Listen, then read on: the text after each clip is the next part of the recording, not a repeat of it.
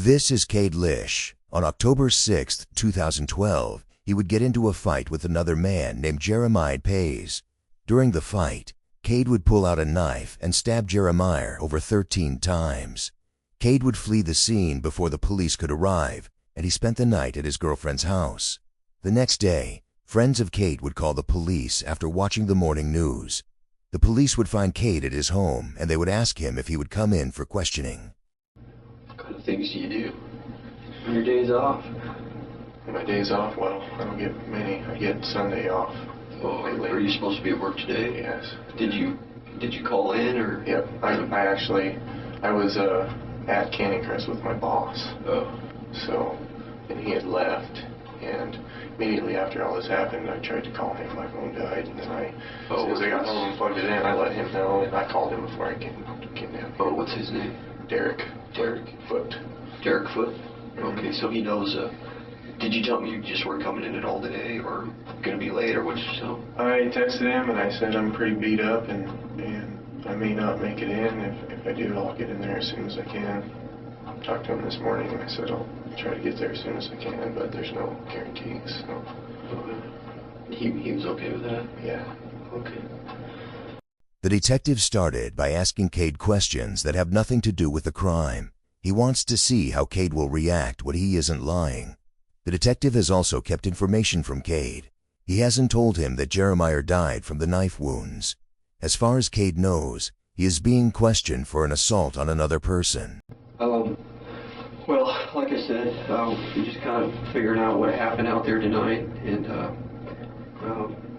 I don't know how much TV or whatever you watch, but typically, before you talk to a detective or anything like that, they usually advise you of your Miranda rights. Sure. Are you familiar with those? Yes, sir. Okay. I'm going to go ahead and advise you of your Miranda rights because it's kind of standard operating procedure. Anytime I talk to somebody, it protects you, it protects me, it protects everybody involved, but it makes you aware of kind of what's going on. Okay? Detectives always have to make sure a suspect is aware of their rights. But for some, being read your rights can be very scary. Most people believe that being read your rights means you have been arrested and you are being charged with a crime. The truth is, police officers are required to remind you of your rights anytime you are being questioned about a crime. To make it less terrifying, they will use phrases like, just like on TV or standard procedure. They are hoping that the suspect will not invoke their rights and ask for a lawyer. The first one is you have the right to remain silent. Sure. You understand what that means? Yep. Anything you say can and will be used against you in a court of law. Okay. You have the right to have an attorney present with you while you're being questioned. Okay. If you cannot afford to hire an attorney, one will be appointed to represent you at no cost. Okay. And you have the right to stop answering questions at any time. Sure. Do you understand those rights? I do. Okay. And you're down here voluntarily on your own? Yes, sir. You volunteered to come down here and talk to us? Yes. And tell us what happened? Mm-hmm. And I would like to know what happened tonight. Okay. Could I ask you a question? Sure. Is this guy okay? Is he? I haven't heard the latest on him yet. Okay. But obviously he was involved in a fight as well. And so I'm just trying to piece it together what happened. Okay. And once I get some more information, I'll let you know. Sure. Okay. Cade asks about Jeremiah, wondering if he is okay. But detective knows he is dead, but he needs to make sure Cade believes he is alive. If the detective decided to openly lie to Cade and say Jeremiah is fine, a good lawyer could use that in court. So instead, he tells Cade that he hasn't heard the latest. If Cade found out he was being questioned regarding a murder charge, there is a good chance he would invoke his rights. But, I'd just like to know kind of from your point of view as to what happened tonight, how this started. Sure. Like I said, I was there with my boss. Got dropped off there from some of my friends. I was there for a few hours. What time did you get down there? My buddies were going to a movie, and I think it started at, I'm not sure, it started 9 or 9:30. And they were going to go see a movie. Yeah, they were going to go see a movie, and they wanted me to go, but my boss, I wanted to hang out with him, so they dropped me off at Canyon Crest. Canyon Crest, okay. And that was around 9? Yeah, I'm going to say somewhere around 9. Okay. Mm-hmm. And then what happened from there? From there, I went in, met Derek, sat down. A few other guys I work with were there, had some drinks, talked, and eventually everybody, it was time to go home. We both had to work today, so we decided to go home. I went outside, and I was talking to a random girl that I think she had a cousin that I went to school with. Anyway, I was talking to her, and do you know her name? I can't remember her name. Okay. And it was outside though? Yeah, it was right out front. Yeah, right out front. And Derek, right? Mm-hmm. Your boss, he'd already left at Yeah, this point. he was gone. How did he drive, or did he get a cab? I'm not sure, because we were all talking and everything, and he was talking about how he was going to go home, and I went out back on the patio, and I was talking to some people, and by the time I came back in, he had already left. So I'm not sure how he got home. I know he lives pretty near to Canyon Crest in some apartments, so he may have walked. I'm not sure. Okay. The detective is not the only manipulator in this room.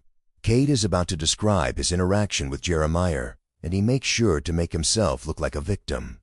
He needs to convince the police that he is an upstanding citizen who acted in self-defense. So you're out front, you're talking to some girl, you know, her cousin or something? Yeah, I went to school with her cousins, and we got to talking, and a kid came out, and I was talking to her, and he said something, and I can't remember, it was something derogatory, something negative. He said something negative, and I looked over, and I recognized him, and I recognized that this kid had started some drama before at a bar, and I'm not even sure what his name is. He just knows my friend Cade. They're like previous acquaintances or something. Okay. Anyway, so you've seen this kid before? I have seen him before, yes. And the last time that I saw him was at the Pocket, and he had started some drama there. What do you mean by drama? Just saying derogatory, negative things, trying to start a fight, basically. Okay. Do you recall anything, like what he would have said? I remember what he said at the Pocket when I saw him previously. What did he say then? And this wasn't on the same night, this is weeks ago. Right. He told me that, my best friend, his name is Cade, my name is Cade, we're always with each other. He made a statement that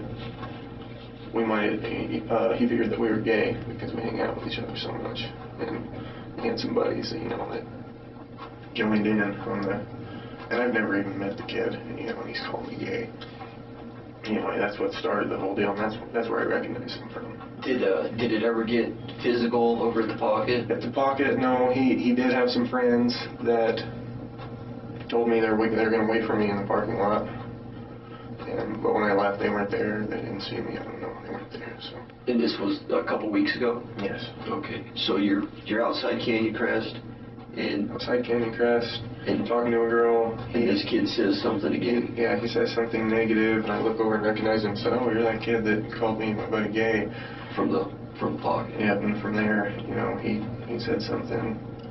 I said something. We got into a discussion, getting kind of heated. His girlfriend, I remember her, getting pretty heated too. Do you know her name? I don't know her name. Okay.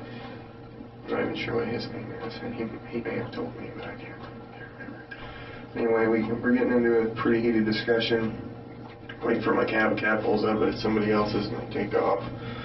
And so you'd called a cab by this point? Yeah, I called a cab. I called the cab inside the bar, and I was outside just waiting for Just waiting for it. Mm-hmm. Okay.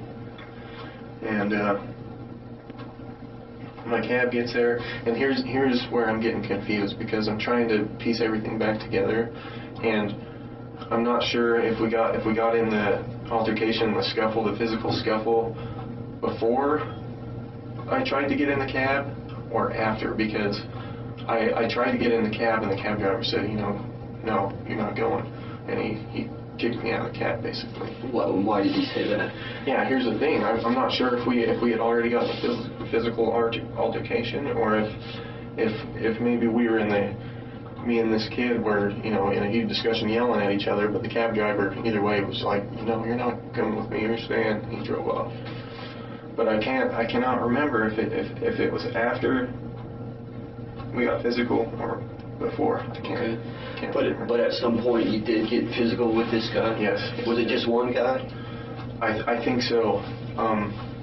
I remember I got hit. I got hit multiple times. My jaw is pretty sore. I know I got hit pretty good amount of times.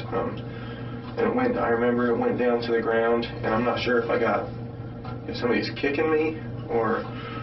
I remember when I was getting hit, I was thinking there's multiple people kicking me, because he was talking about, you know, when we were in a heated argument, he was talking about his buddies and how they were gonna throw a blanket party on me and they're gonna stomp me down. Then I don't know. Tonight, just prior to the physical, he was making comments about his buddies taking care of you. Yep, him and his buddies. But you didn't see anybody else? No, the only thing, I guess I got hit and I was kind of dazed, and I was getting hit, and it was in my mind that there was more than one person, but I don't remember looking up and seeing, you know, I don't know if his girlfriend kicked me or if she was kicking me, or, you know, hopefully there's surveillance or videotape. I'm not sure. It was in my mind that I was getting kicked by like 2 or 3 people and getting hit. Cade looks up at the detective, searching for a reaction to his statement. Cade knows he has to do his best to make him believe that he was in fear for his life. The detective's job is to make sure that Cade was able to leave the altercation without having to use his knife, so that way he can charge Cade with murder. The interrogation continues with Cade trying to prove he had no choice but to use the knife, and the detective trying to prove that Cade could have left the scene. And when you're getting kicked, what position were you in? I remember, you know, I got punched, we kind of wrestled around. I want to say it went down to my knees. He was kind of down to his knees, uppercutting me. Were you on top of him? I'm not sure. You know, I got hit. He whacked me pretty good. I was dazed, and adrenaline and having a few drinks. It's just kind of a blur, you know. I just remember getting hit and telling me, you guys need to get off me, or I'm going to stick you. You know, I'm going to stick you. You guys need to get off me. And that's what I remember. That's it. Other than that, I remember him bleeding, and I remember seeing the blood trail and being kind of scared. I grabbed my cell phone.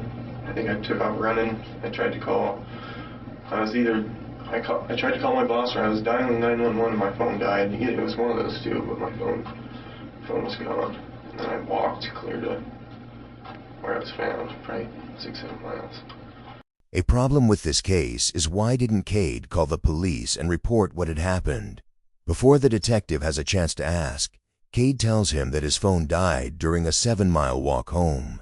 He also says that he stopped at a local gas station, which would have been a good place to find a phone. The detective ignores this because he needs to get Cade to confess to actually using the knife, and if he starts asking why he didn't call the police right away, he may scare Cade into asking for a lawyer. You said you got in a scuffle with this guy, and were you guys exchanging punches? You know, I don't know that I punched him at all. I know that he punched me.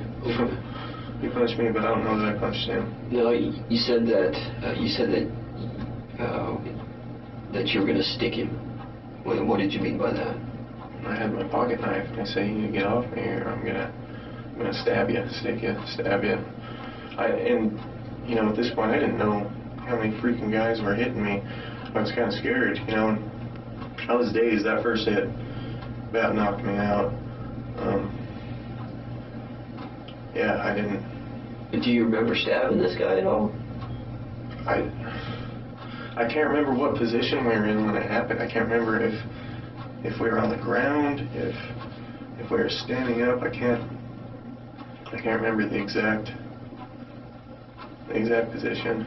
But did you stab him? Yes. Yeah, I did. Do you know how many times you stabbed him? I don't. More than once? I think Twice? I think so. I couldn't tell you exact amount.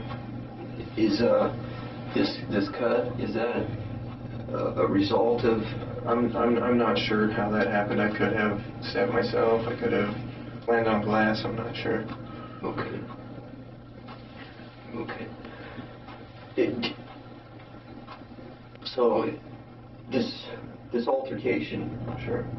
started as you were outside waiting for the cab, just talking to a girl. Yes. And he said something to you. Yeah, he said something. Do you remember what that was he said? I don't. Did he like immediately like challenge you after that, like come up and get in your face, or did you go over and confront him? Do you remember how that? No, he said something. He said something. Said something negative, and I caught it and said, I can't even remember what I said. I just remember saying, "Oh, you're that kid, you know that." I said, "You're that fucker that said me and my buddy are gay together." Blah blah blah blah. I remember you. Yeah. Yeah, that's the first thing I said to him. And then it just kind of escalated after that? Yep. But you don't remember if you had gotten into the cab before this or after this? No, and see, that's where I'm getting blurry. I want to say that maybe we got physical, and the cab driver witnessed it, and I was getting in, and he said no, or maybe we were still yelling at each other, and he said, "No, I'm not taking it." That's the one thing that I'm really confused about. I'm not sure, why he would kick me out, or at what point in time it was that he decided that he didn't want to give me a ride. So. You said that you noticed the blood, that he was bleeding. Yes, and that scared you. It did. Yes. And that was that before or after you stabbed him? That was after. Okay. Mm-hmm. But you don't recall maybe how many times you stabbed him? I don't recall how many times. Where you stabbed him? I want to say in the back, maybe. Like, I know that we were wrapped up, I think. Like face to face? Well, kind of like in a clinch. I don't know if he had a hold of me, if I had a hold of him, but I'm pretty sure it was. Were you on the ground? Yeah, I don't remember if I was on my knees or if we were standing up. That's the part that I don't remember, but I know it's either in the side or in the lower back area. Okay, and you think it was more than once, but you're not sure? I think so, yes. Mm-hmm. Did you say anything else to him while this was going on, while the fight was going on, after he said, "I'm going to stick you or stab you"? Did you? I just warned him, I just said, "Fucking get off me or I'm going to stab you, I'm going to stick you." After he got up and I saw the blood, did you say anything to him at that point? I think I said, "Oh, fuck, you're bleeding bad." And I think that's the last thing that I said. Okay. Now that they have his confession, they have to find out if Cade acted in self-defense or not. They don't have any video surveillance footage, so they are relying on only testimony to find out what happened. Cade told the detective that he believed he was being attacked by more than one person, so now the detective has to find out if there were more people involved. So, I just want to clarify something, because I don't know how many people are involved yet. Okay. Because the way you kind of described this to me, I just want to make sure I got everybody involved. Sure. So, you said that when this fight was taking place, and you're kind of wrapped up with him or whatever, you said it felt like, or you thought maybe there was multiple people involved. Yeah, well, initially it was just me and him, I know that, but I got hit. He hit me first. He whacked me. From there it's kind of a blur. I know at some point we went down to the ground. I remember, he had me and it was like uppercuts. I don't know if I got kicked in the ribs or something. But you didn't actually see anybody else. You just all I could see was the blood. All I could see was punches and black, basically. I was. Okay, but you didn't actually see anybody else, though.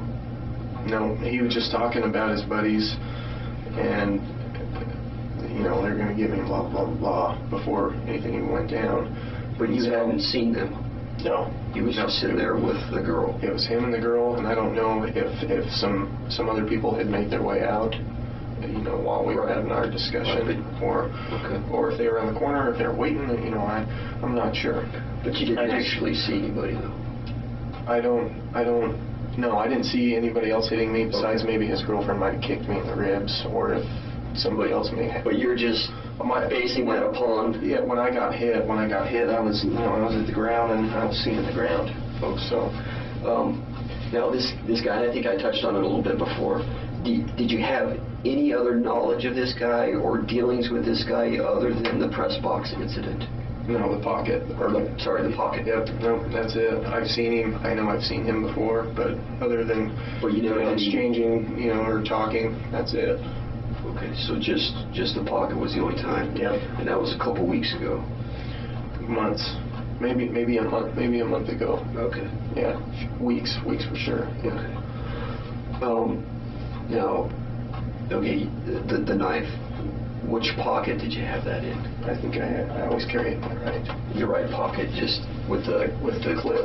Yeah, inside my pocket. Okay. Do you remember when you grabbed it out? Did you? I don't remember. I don't remember grabbing it out. Don't remember grabbing it. Do you remember I did. You were holding it? I don't remember grabbing it out, opening it. I don't remember any of that, but I know I did it, if that makes sense. At what point did you put it away? Do you remember putting it away? I don't remember putting it away either. Obviously, it made it back, you know. Right. Made it back with me, but I don't remember putting it away, no. Okay. The interrogation plays out for another 30 minutes. The detective asks more questions about the fight, while Cade answers each one, explaining that he felt in fear for his life. Even though Cade's story does reflect a person in danger with no other option but to pull out a knife, there are two things that still don't make any sense. Why did he stab Jeremiah 13 times? And why didn't he call the police after he got away? The detective will now confront him and tell him exactly what happened to Jeremiah. With that said, okay, there's just a couple things here that we're going to have to deal with, okay? First part is, this guy, you know, you don't know how many times you stabbed him. Do you have any idea? Multiple. Okay. I couldn't give you even a close number. I know more than once. Okay. And that's kind of my issue with this incident that happened, is because of the number of times this guy was stabbed. Okay. You know, I don't have an exact count because the doc, everything that's going on, okay? But we're looking at 13, 14 times, okay, which is a lot, okay? You know, a couple times I can see, you know, once, twice, 3 times, but when you start getting 10, 11, 12, 13, that's a lot of times to stab somebody. Okay. And I understand, you told me what happened, why you did it, and everything like that, but I got to look at everything involved here about what happened, okay? So the number of times this guy was stabbed is a concern to me, okay? The second thing here, and this is probably going to be the hardest part to deal with, okay, is this guy's died, okay?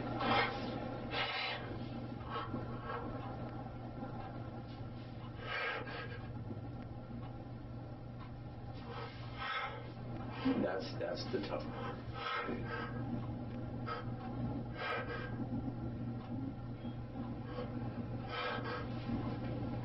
No.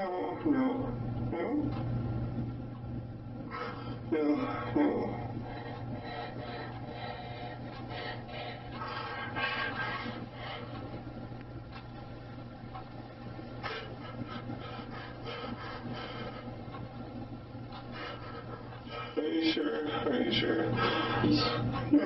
No.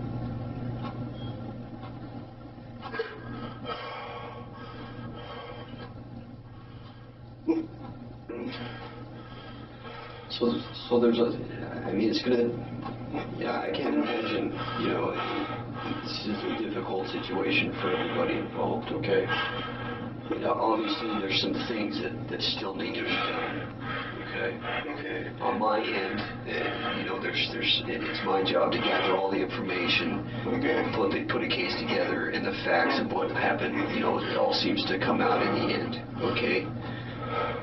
But, like I said, these two issues, okay, the fact that he was stabbed so many times, and the fact that he's dead, okay, it doesn't leave me with a lot of choice here as to what to do with you, okay? And you probably understand that, right? I understand. Okay, so you're going to go to jail today. Okay. Okay. I don't know how long you're going to be in there. Okay. There's, like I said, there's a lot of things still that needs to be done. So don't count yourself out or anything like that. Okay. Okay. But this is the process at this point. According to the information I have, this is kind of what we need to do. Okay. So this is how it's going to go. Okay. Okay. You're welcome to talk to me anytime you want, okay?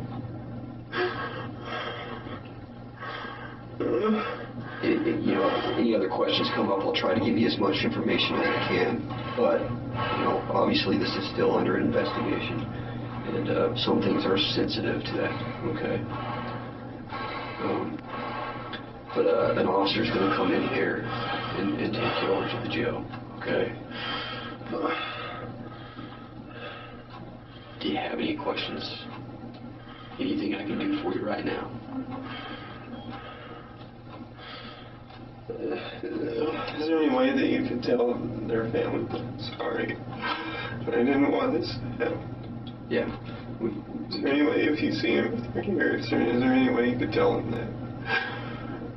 We'll pass that information on. Okay. Okay. Obviously, it's a tragic incident that happened. Cade would take the case to trial, and he would be found guilty of manslaughter. He would receive 22 years in prison, and he would be eligible for parole after serving 10.